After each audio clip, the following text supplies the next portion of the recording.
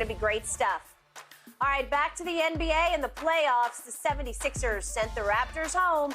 Joel Embiid dropped 33 last night in Game 6. And, oh, there's James Harden. He added 22 points and 15 assists. Philly will now play top-seeded Miami in the Eastern Conference semis. Shannon, on a scale of 1 to 10, how impressive do you think the 76ers were last night? Zero. Zero? Yeah, because they should have never been here. I mean, everybody thought this was going to be, at best case scenario, Skip, a gentleman's sweep. We should have never had a sixth game. You're dealing with Fred VanVleet. He's been out the last two games. He's the only all-star. He's the all-star from this year. Siakam had made the all-star game one time before. Yep. And so, for me, when I look at it, Skip, this team, the Sixers, are clearly better than Toronto. We should have never, ever had a sixth game. Never. And for some reason now you want me to give them credit because they blow the team out. They were clearly superior, better than. Yep. Obviously, we had a James Harden sighting last night, considering that he was shooting 37% from the floor. He decided to tag along, 7 of 12 from the field, 2 of 5 from the three-point line, 6 of 6 from the free throw line. Yep. 22, 15, and 6. You can live with that. But Skip, I mean, come on now. I mean, Scotty Barnes out there on one leg. He was. Trent Jr. Yeah, Trent Jr. He on a leg and a half. And Thaddeus was beat up. Yeah. Okay. So, no, Skip, you don't get no credit because you got Joel Embiid. You got a former MVP in James Harden. You got a guy that's in the MVP running this year with Joel Embiid. And then you have to go 6 games because you decided not to show up in Game 5. And then you want me to give you credit for something that you should have taken care of in Game 5 for Game 6? Nah, 0. That's how impressed I am with it. Really? I got to go to a 6 because I think the demons were lurking in the backs of every Sixers mind and in the backs of Doc Rivers' mind last night. Because obviously Doc has blown the most 3-1 leads in NBA history. This would have been a 3-1 debacle, chaotic collapse. And I was impressed because, for once, I thought Joel Embiid looked like the best player on the planet, even with the torn ligament in the thumb of his shooting hand. I just thought he came out and said, watch this. But more important and more to the point, that guy named Harden started looking like the guy who used to be James Harden, that guy. Right. And he did it from jump. He said after the game, we weren't going back to Philly for Game 7. Okay, it sounds good after the game. Yeah.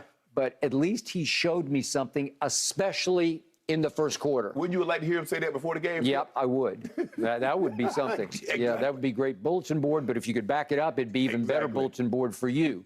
But if we could show you what impact James Harden had on this game right out of the gate, because in the first quarter alone, he's got 10 points and 5 assists. And we're showing you right now, you can just see the impact on the game. There's an assist. No big deal, but he was in some sort of attack mode. Okay, I'll take that. Right. I mean, I'm seeing glimpses of the guy who used to be James Harden. And he goes to the free throw line, and he made all his free throws. So he's got 10 points, and he gets fouled again, made those free throws. That's pretty easy. And he is imposing his will on Scotty Barnes and company right out of the box. And 10 points and 5 assists in quarter one, those are kind of numbers that you're on a 40-20 pace for the whole game. Well, obviously, here comes Tyrese. And here's James. We're up to 10. These are 15 plays just in the first quarter. And again, that's a pretty cheap assist, but they gave him one. Yep. Okay, it's a hockey assist. Okay, I got it. But I'll take it. Right. He didn't do that much the rest of the way because Embiid then imposed his will, and Embiid did score 13 in the fourth quarter. But remember, this game is a one-point game at halftime, and I'm thinking, uh-oh, you guys are really about to get in trouble. Then, thanks to Joel Embiid scoring 17 with 7 rebounds in the second half, they win the second half 70-36. Well, all of a sudden, the Raptors just hit the wall. Right. They're too beat up, and they didn't have VanVleet. Right. So they just finally said, no mas, we give up. But 70-36 is pretty impressive. That's very impressive, Skip. But look, I was like, you mentioned it, that Joel Embiid finally looked like Joel Embiid, knowing that this is how he's going to have to play. He's going to have to deal with that thumb. And Miami is better. Miami is better than Toronto. It's as simple as that. They got a guy that can go take the game over in Jimmy Butler. Yeah. And they got guys coming off the bench in Tyler Hero. They got guys that can take and make shots. Bam. Now, he's not the heaviest guy, but he's a skilled defender. He is. And I think the thing is, I'm going to make other guys beat me. I'm not letting Joel Embiid shoot 70 free throws. Yep. I'm not going to let him get 40 points and 15 rebounds. I can't, because you won't beat the Sixers doing that. Yep. But I'm going to make Tobias Harris. I'm going to make some of these auxiliary guys. Danny Green, he went 4 of 7 last night from the 3. I'm going to see if he can do that again in game 1. Okay, I hear you. I picked Miami to win the East, so obviously I'm going to pick them in 6 games over the Sixers. But Jimmy Butler, does he have a lingering knee issue, or did they just need to rest up a little bit? Kyle Lowry, will he have a lingering hamstring pull, or will it be good to go by the time this thing tips off in game 1? Well, Jimmy missed the last game, Skip, so he's going to have substantial rest in between the last time he played and the next time he played. The question is, Skip, does it flare up again and cause him to miss more times? Okay, and I agree with your final takeaway. This series will come down to Joel Embiid versus Bam.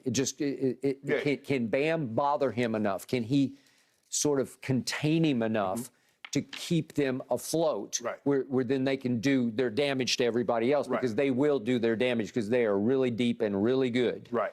And yet, what I like about Bam is I think he's got the best motor in the NBA. Oh, yeah. It's just the best motor. And he will give you all he's got, and he sweats a lot, and he sweats all over you, but that's who he is, right? Yeah. And he will attack Joel. Yeah. And if he can bother, he's not as big, because No. I don't know what, does he go like 6'9" or 10 Yeah, maybe? he's probably 6'9", 6'10". Yeah. But, Skip, Joel Embiid is what, 7'1", 7'2"?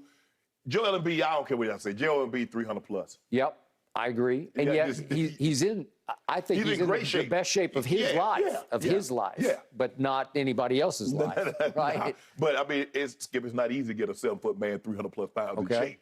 All right, but will James Harden suddenly look like he's in shape and in sync? All right, so, hold on.